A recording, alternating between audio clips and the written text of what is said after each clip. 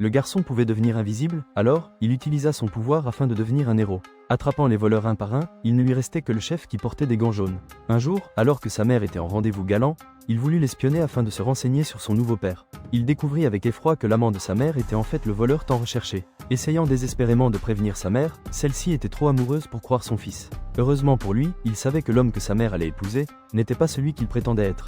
Depuis qu'il s'était infiltré chez lui, il savait que c'était le chef du gang des voleurs, alors, il lui fit du chantage pour annuler son mariage. Maintenant que cet homme avait aussi le pouvoir de devenir invisible, il partit avec l'enfant pour commettre le cambriolage dont il a toujours rêvé. Pour devenir invisible, il fallait mettre cette poudre au-dessus de sa tête et prononcer une formule magique. Le voleur s'exécuta, puis traversa le mur pour atterrir dans la chambre forte. Ayant ramassé tous les bijoux, il vola la poudre magique à l'enfant pour l'accuser du vol.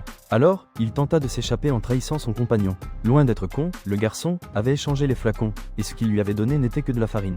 Maintenant piégé dedans, la police allait enfin attraper le voleur qui s'en prenait à toute la ville depuis des années.